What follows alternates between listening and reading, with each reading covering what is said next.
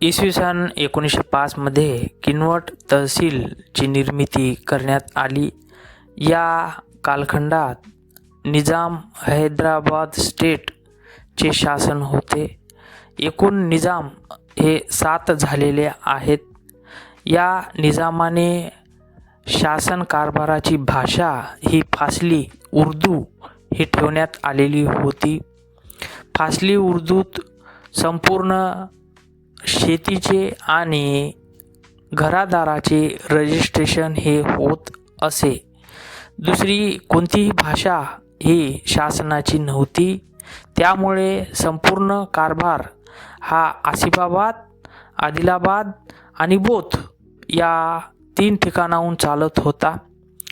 1905 पूर्वीला माहूर हे गड होता आणि विशेषतः लष्करी हालचाली ह्या माहूरवरूनच होत असे.